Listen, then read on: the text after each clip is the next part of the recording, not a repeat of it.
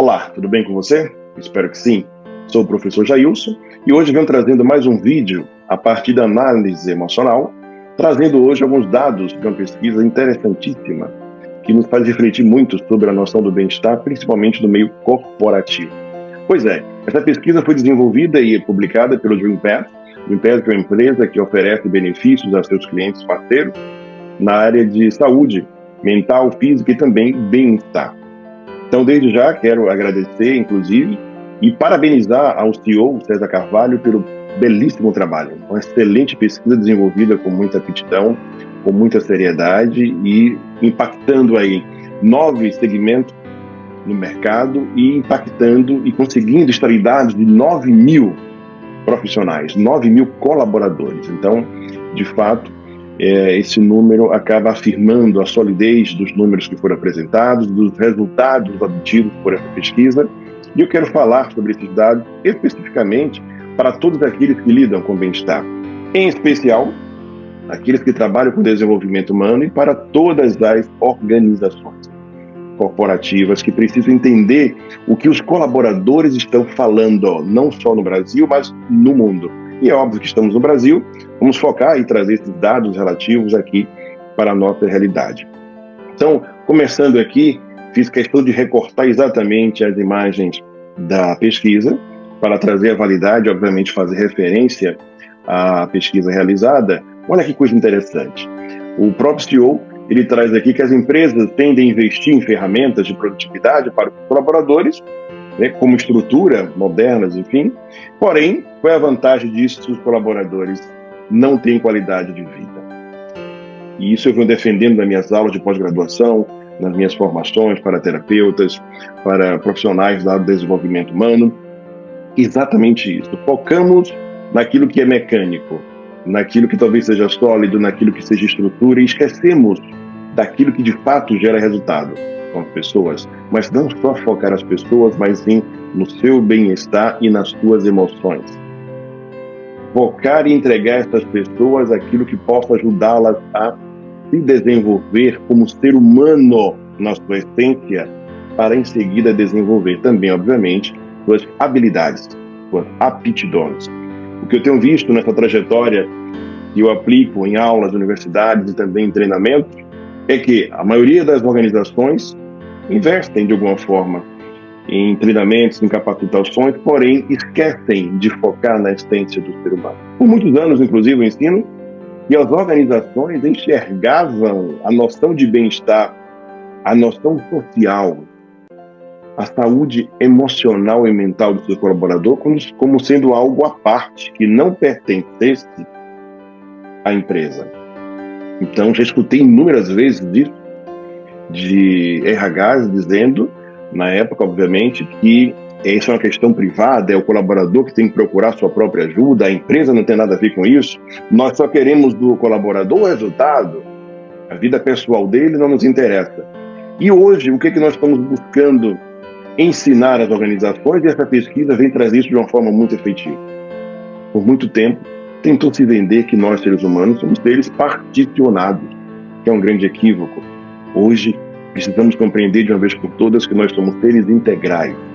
Não há divisão profissional e pessoal quando se fala de ser humano. Há, sim, divisões de tarefas. Obviamente, o que eu faço na minha vida pessoal e na minha vida profissional pode ser, sim, situações díspares, tarefas díspares. Porém, eu sou um só. Eu sou um ser integral.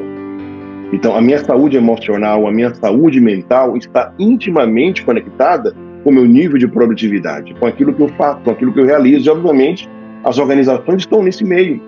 E é óbvio que também algumas já acordaram, já começaram a perceber e começaram a investir nisso de uma vez por todas, que é algo fundamental para que possamos avançar no desenvolvimento humano. Olha que interessante. Esse dado aqui, 80% dos entrevistados no item valores compartilhados acreditam o seguinte, que o bem-estar no trabalho é tão importante quanto o salário. Há alguns anos, essa afirmação advinda dos colaboradores poderia soar como algo utópico. Não, que nada. O colaborador só quer dinheiro mesmo, só quer ganhar.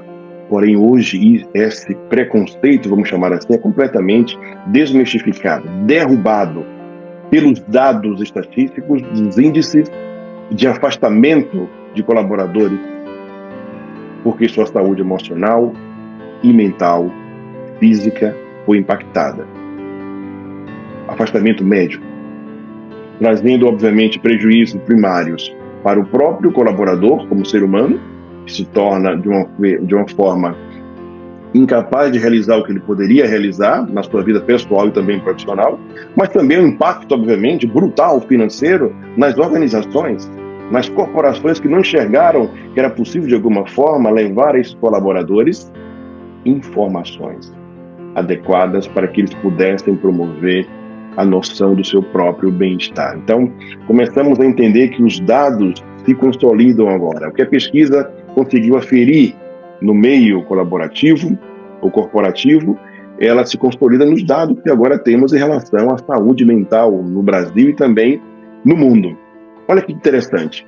Esse próximo dado, cerca de 73% dos entrevistados, então, em todos os mercados analisados, ou seja, foram 9 mercados, afirma que se quisesse mudar de emprego, só levaria em conta aqueles que priorizassem o bem-estar dos colaboradores. Ou seja, se eu, como colaborador, se eu pretendo sair daqui de onde estou, eu vou avaliar para onde estou indo, obviamente, levando em conta como aquela nova organização, aquela corporação, ela olha para o bem-estar. Então, mais uma vez, começamos a, de uma forma muito clara, desmistificar aquela ideia de que o dinheiro paga tudo. Então, de repente, o salário pode ser maior lá, mas colocando na balança, lá eu ficarei mais doente. Eu ficarei debilitado com maior facilidade. Ou seja, a noção de bem-estar que eu olho para aquela organização não satisfaz o meu desejo de vida contínua. Como eu estarei, olha aí, planejamento de vida, como eu estarei daqui a 20 anos, como estarei cuidando dos meus filhos, dos meus netos, qual o tipo de saúde mental, física eu terei, e isso está intimamente ligado com aquilo que eu faço na minha capacidade laboral. Este dado aqui impactante que aparece para vocês agora. Colaboradores, então, não acreditam que a empresa se importa com o seu bem-estar. No Brasil, então, 29% deles. Então, a noção de que o colaborador enxerga que a sua organização não importa consigo em relação ao seu bem-estar está em duas vertentes importantes. Primeiro, de fato, a organização não faz nada, não tem nenhuma ação que promova, incentive a noção do bem-estar dentro da sua estrutura. Segundo, a organização pode até tentar e fazer, porém está de uma forma inadequada, fora de um planejamento, talvez, fora de uma visão muito mais ampla, e por isso essa percepção se torna ali tão evidente para tantos colaboradores aqui no nosso país. Aqui, começamos a entender algo muito fabuloso. O que a empresa vem trazer ao interpretar essa pesquisa é algo que eu também venho há tanto tempo compartilhando com meus alunos de pós-graduação, e é o seguinte: quando se fala em bem-estar, obviamente começamos a pensar de uma forma muito direcionada aquilo que nos ensinaram há muito tempo. Então, talvez o bem-estar é só uma academia, talvez é só fazer uma atividade física. Então, olha que coisa interessante o contexto tradutório da pesquisa traz para a gente, né? Então, em vez de halteres e bicicletas ergométricas, temos os componentes do condicionamento social. Ou seja, não basta apenas fazer aqui atividades pontuais dentro da organização, se eu não entendo o que fundamenta a estrutura de um ser humano, da sua essência, que são suas emoções. É exatamente o que eu venho há tantos anos trabalhando e divulgando, o papel das emoções na nossa composição humana integral. Não adianta eu estabelecer, entregar prêmios, entregar benefícios, se emocionalmente o meu colaborador sequer tem condições, estar em condições de assimilar aquilo que ele está recebendo ali. A não valorização daquilo que a organização faz está intimamente ligada com a condição emocional que o seu colaborador está naquele momento. E talvez a empresa precisa agora olhar para isso de uma forma muito mais profunda, não só fazendo atividades pontuais, mas desenvolvendo um programa abrangente que envolva tudo isso de uma forma muito mais assertiva. Esse outro dado fabuloso, 85% dos colaboradores tenderiam a permanecer em um cargo se a empresa desse mais atenção ao bem-estar. De novo, o plano emocional aqui é muito forte. Repito, o salário, que sempre é um fator interessantíssimo, agora começa a ter um concorrente de peso, a noção de bem-estar. Repito, talvez ganhando mais, você poderá oferecer mais conforto à sua família. Mas talvez ganhando mais, você não tenha nem saúde emocional, mental e física para se apropriar e usufruir do conforto que você pode gerar.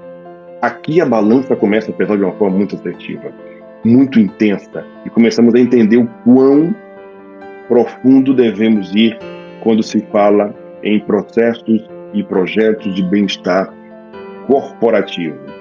Esse outro indicador fabuloso, segurança psicológica, 77% dos entrevistados afirmam então que pensariam em deixar uma empresa que não prioriza o seu bem-estar. Mais uma vez, um dado vai consolidando o outro.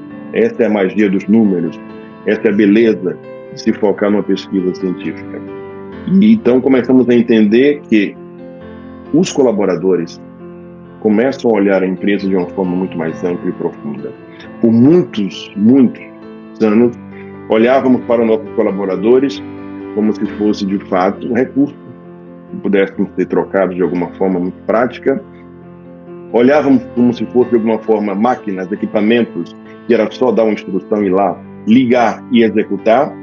Mas começamos a olhar agora com os dados que o mundo traz para a gente, não só essa pesquisa belíssima, de que precisamos olhar para o ser humano na sua integralidade e valorando aquilo que ele carrega em si, na sua essência, aliando isso àquilo que a organização deseja receber dele. Como é que a gente faz isso? É o que a análise emocional está buscando ensinar, levar para as organizações. É preciso entender que a análise emocional é uma metodologia desenvolvida para que seja possível mapear como as emoções estão impactando aquela empresa, aquele setor, aqueles resultados. De uma forma muito didática, estão buscando ensinar os empresários, os gerentes de RH, como as emoções estão impactando os teus números, os teus dados, os teus resultados, os teus colaboradores. Como falar em motivação sobre algo se, de repente, os meus colaboradores sequer estão emocionalmente capazes, nesse momento, de entender o que é motivação? Como entregar, talvez, um belíssimo treinamento, não importa em qual área, para uma equipe, se emocionalmente aquele setor está impactado por algo que a organização não consegue enxergar. Então ela investe em treinamento, mas esse treinamento não surte resultado porque sequer foi assimilado, porque há processos emocionais equivocados ali, permeando aquele setor, permeando aquela organização, permeando aqueles colaboradores. E aqui nesse ponto eu quero trazer a última reflexão para entender que de tanto falarmos em colaboradores, funcionários, esquecemos que são seres humanos, esquecemos que são pessoas. E o que a neurociência vem provar para a gente é que somos seres, antes de tudo, emocionais. A nossa racionalidade que há tanto e por tanto tempo batemos no peito e defendemos que somos seres emocionais, essa racionalidade agora é vista simplesmente como uma possibilidade, uma capacidade que eu tenho de racionalizar. Mas antes da racionalização, a minha essência emocional. E eu preciso olhar para isso. Olhar para meu colaborador como um ser humano. Não mais como uma máquina, como uma marionete, como um fantoche. Mas espero que, a partir de pesquisas como essa, o RH, as organizações comecem a enxergar, a partir de agora, que lidar com seres humanos é, antes de tudo, entender seus processos emocionais. E já estamos todos atrasados. Quando olhamos para o mundo, de alguma forma, vemos um atraso muito grande em relação a nós. Lendo esses dados, lendo esses resultados, esses números, já estamos atrasados. Estamos em 2023, olhando 2022, obviamente, estamos muito atrasados. Espero que possamos recuperar isso e a análise emocional seja vista como metodologia capaz de entregar às organizações esse mapeamento tão necessário para pensar em um planejamento a longo prazo para seus colaboradores. Espero que eu tenha ajudado de alguma forma. Mais uma vez, parabenizando a pesquisa, aos dados, podemos olhar para eles, estudá-los, ver o que ele nos diz e seguir em frente. Espero ter ajudado de fato. Meu forte abraço e até o nosso próximo vídeo.